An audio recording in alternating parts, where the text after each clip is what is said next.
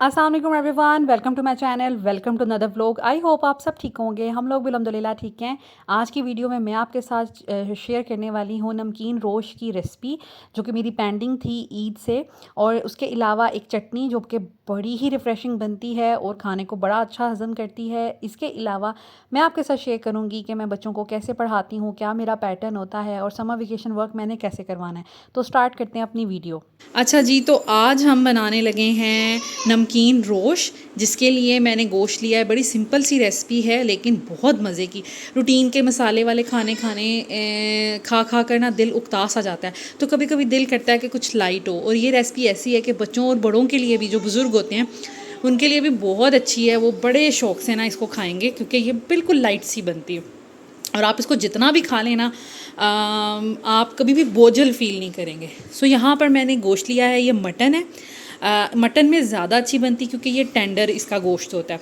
Beef में अगर आप बनाएंगे तो एक तो टाइम भी ज़्यादा लगेगा, दूसरा ये कि वो इतना मज़ा नहीं देगी। कुछ चीज़ें होती है ना मटन की मटन में अच्छी लगती हैं, कुछ चीज़ें बीफ की बीफ में ही अच्छी लगती हैं, जैसे कबाब वगैरह।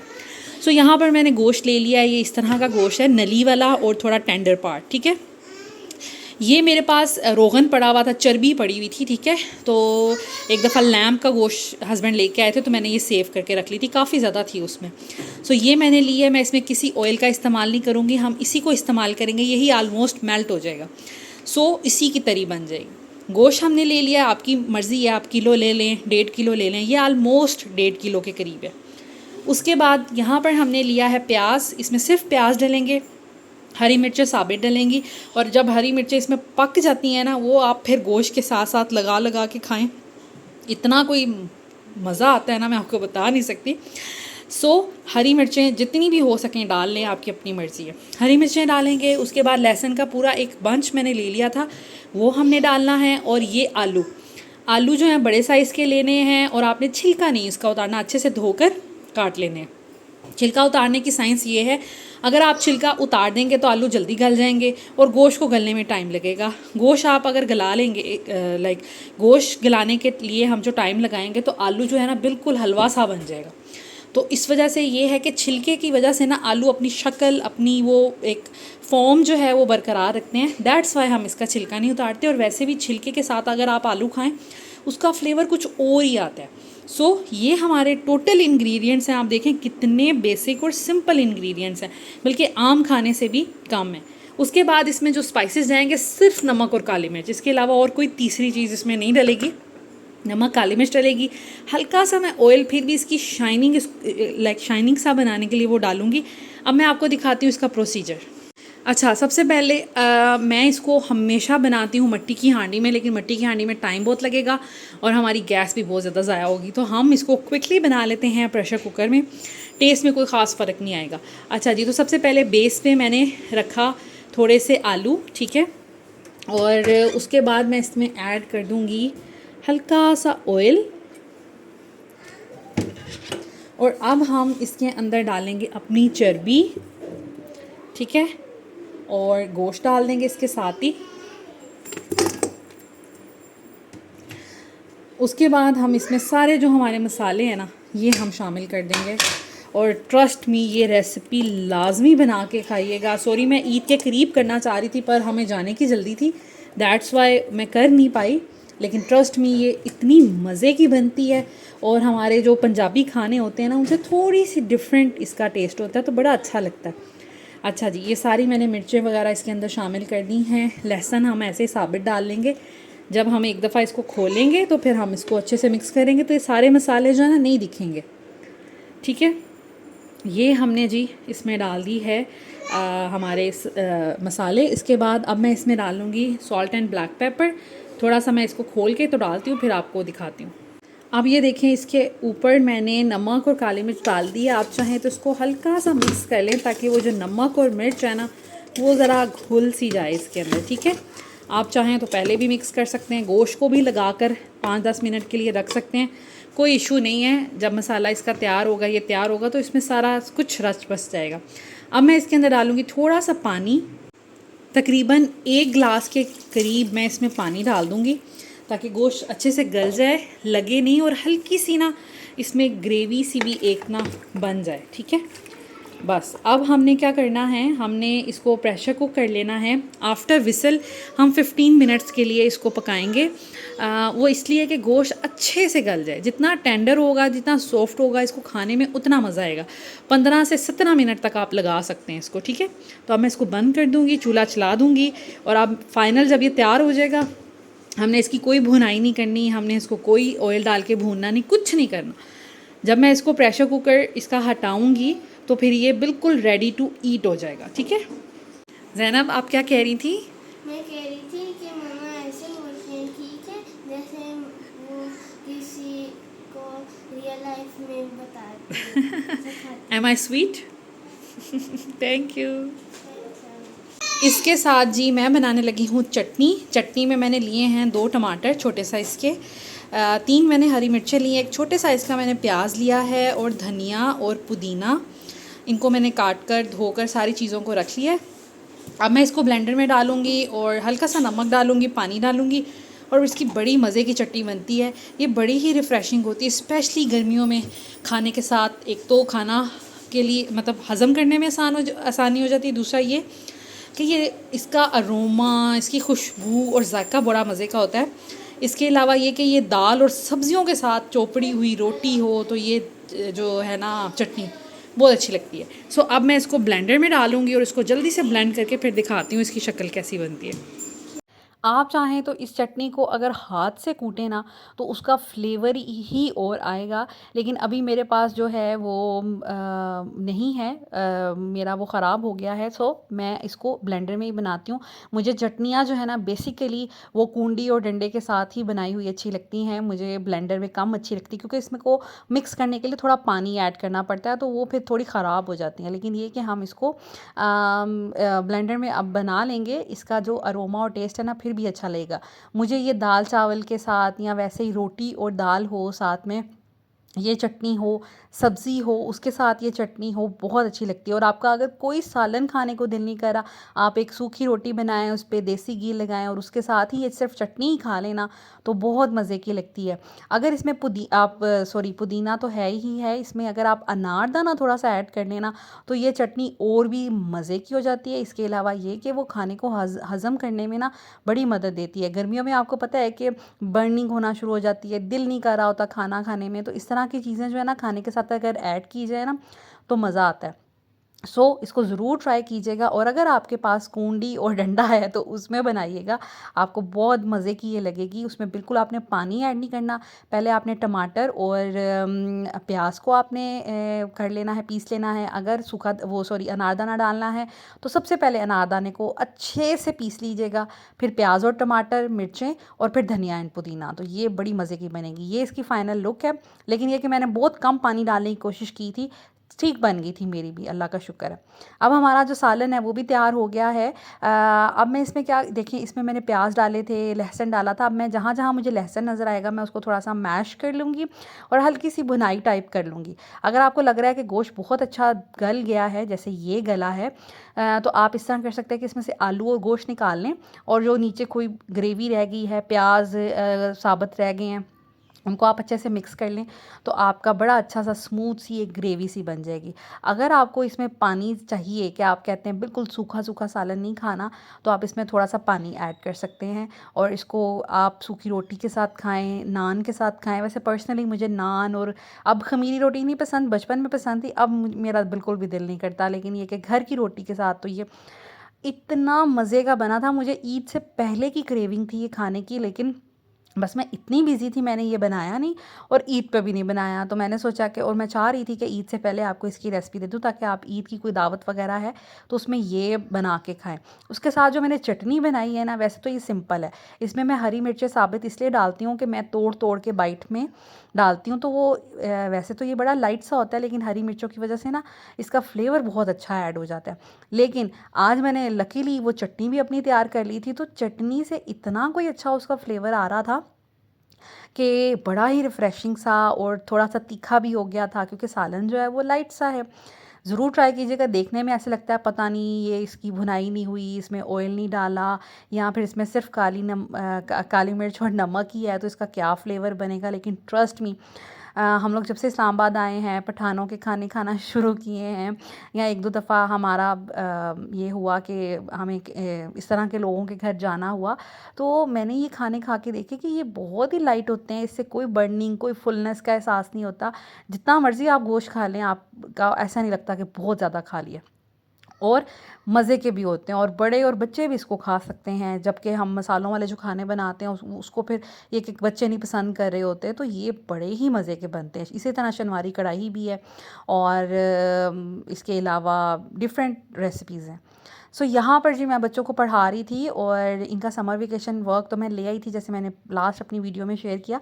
तो आज मैंने इनको स्टार्ट करवा दिया था काम, और काम जो है वो इस तरह होता है कि मैं इनको मॉर्निंग में नाश्ता करवाया, उसके बाद मैंने फिर ये थोड़ा वो टीवी देख लेती हैं, उसके बाद ये कि मेरी कोशिश ये होती है कि 12-1-2 बजे तक ये पढ़ने के लिए बैठ जाएँ। पिछले दिनों हमारी रूटीन काफ़ी ख़राब हुई थी, तो मैं बड़ी परेशान हो गई थी कि ये कोई लाइफ नहीं है कि हम 11 बजे उठ रहे हैं और 12-1 बजे तक नाश्ते हो रहे हैं, और दिन तो यूँ ख़त्म हो जाता था। सो अब मैंने थोड़ा सा स्टार्ट किया है कि हम थोड़ा अर्ली उठें और अपनी जो रूटीन है ना उसको दोबारा अपने टाइम पे लेकर आएँ। एक तो ये बात, दूसरी ये बात, बच्चों को अगर आपने पढ़ाना है तो मॉर्निंग का टाइम सबसे बेस्ट है। बच्चों को ना वैसे भी मॉर्निंग में याद की हुई चीज़ ज़्यादा देर याद रहती है, या रात को सोने से पहले कोई चीज़ आप उसको उनको याद करवाएं तो उनको अच्छे से याद रहती है। एक तो ये बात, दूसरी ये बात, ये फ़ाइज़ा जो है वो वर्कशीट्स कर रही है जो कि मैंने प्रिंट खुद की हैं। मैंने पिंटरेस्ट से ये निकाली थी और उसको घर में प्रिंट करके तो उसको दे दी हैं, क्योंकि उसको प्रैक्टिस करवानी है। मुझे थोड़ा मुश्किल लगता है कि क्या मैं डॉट्स लगाऊं कॉपी पे और फिर प्रैक्टिस करवाऊं। वैसे ज़ैनब फ़ातिमा को तो मैंने ऐसे ही ज़्यादातर करवाया है, लेकिन अब क्योंकि मेरे पास रिस्पॉन्सिबिलिटीज़ ज़्यादा हैं, सो मैं ये सोचती हूँ कि इसको ऐसे ही करवा दूँ।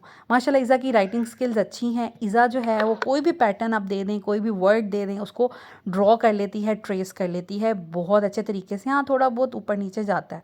कलरिंग स्किल्स भी इसकी बहुत इंप्रूव हुई हैं। मैंने ईज़ा पे इतना ध्यान नहीं दिया पिछले कुछ मंथ्स जब से स्कूल जा रही, क्योंकि इसका घर में होमवर्क नहीं आता था, टीचर्स इसका होमवर्क घर में नहीं दे रही थी, सिर्फ स्कूल में करवाती थी। तो मुझे एक तरह से वो भी रिलैक्सेशन थी। दूसरा ये कि मैं ये सोचती थी कि चलें समर वेकेशन में मैं इसको अच्छे से काम करवा लूँगी। सो अब मैंने इस पे बहुत फोकस करना है। ये है जी ईज़ा का काम, ये स्कूल से मिला था। चंद पेजेस हैं इनके स्कूल में, Kaza 1, Kaza 2, Kaza 3 means nursery, prep and pre nursery को इतना सा ही काम मिलता है। बहुत ज़्यादा बर्डन नहीं बच्चे पे डालते, ना तो स्कूल में रूटीन में होमवर्क ज़्यादा देते हैं, ना ही समर वेकेशन वर्क। सो ये 28 पेजेस थे जो ईज़ा को, 28 शायद या 22 पेजेस थे जो ईज़ा को काम करने के लिए मिला है। लेकिन ये एक सिंपल पैटर्न है। पिछले साल मैंने फ़ातिमा को, जब पिछले से पिछले साल फ़ातिमा को करवाया था, इनको मैं 2 दिन में करवा के फ़ारिग हो जाती थी, सारी छुट्टियां फिर ये परेशान करती थी। तो इस दफ़ा मैंने क्या किया है, मैंने थोड़ी चालाकी की है, मैंने इनकी कॉपीज़ बना ली हैं। ठीक है, घर में फ़ोटोकॉपी मशीन थी, सो मैंने एक कॉपी बना ली है ईज़ा के काम की, और फ़ातिमा के काम की मैंने 2 कॉपीज़ बना ली हैं। और इसके अलावा मैं ईज़ा को करवाऊंगी अपनी वर्कशीट्स। जैसे आज मैंने इसको शुरू से रिवाइज़ करवाने लगी हूँ, तो मैंने सोचा ए करवाऊँ, 1 इसको लिखना आता है, सो मैंने इसको 2 से स्टार्ट कर लिया, और साथ में मैंने इसको उर्दू का अलिफ से स्टार्ट कर दिया। साथ में इसकी कलरिंग भी हो जाएगी, पैटर्न भी ड्रॉ हो जाएंगे। अलिफ एक की तरह लिखा जाता है, इसलिए मैंने एक नहीं करवाया, मैंने 2 से स्टार्ट किया। सो इस तरह ये है कि ये कलरिंग भी कर लेगी और पैटर्न भी ड्रॉ कर लेगी।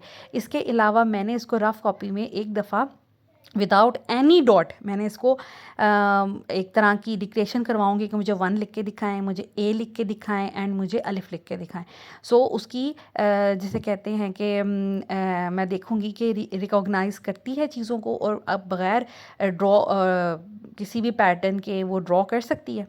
सो ये काम मैं करवाऊंगी। ये है जी फ़ातिमा का काम, जो मैंने 2 कॉपीज़ करवा ली हैं। इसके अलावा मेरे पास रफ़ रजिस्टर्स होते हैं जिसमें मैं अपने बच्चों को रिवीजन वगैरह करवाती रहती हूँ, जिसमें इमला हो गई, टेबल्स हो गए, काउंटिंग हो गई। इसके अलावा कोई भी जैसे रंगों के नाम हो गए, दिनों के नाम हो गए, वाहद, जमा, मुज़क्कर, मोनस, ऐसी चीज़ें करवाती हूँ। सो ये एक तरह का पैटर्न है, और यहाँ पर मैं वही करवाऊँगी। ओरिजिनल पे मैं पहले करवा लूँगी ताकि हमारी वेकेशंस वेस्ट ना हो। ये ना हो कि मैं इसको प्रैक्टिस करवाती रहूँ और नीट या ओरिजिनल काम जो है वो मैं बिल्कुल लास्ट पे जाके करवाऊँ।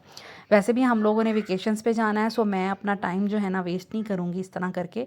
हाँ, जो उसके बाद आकर वहाँ से मेरे पास एक्स्ट्रा टाइम होगा तो मैं रिवीजन करवा लूँगी।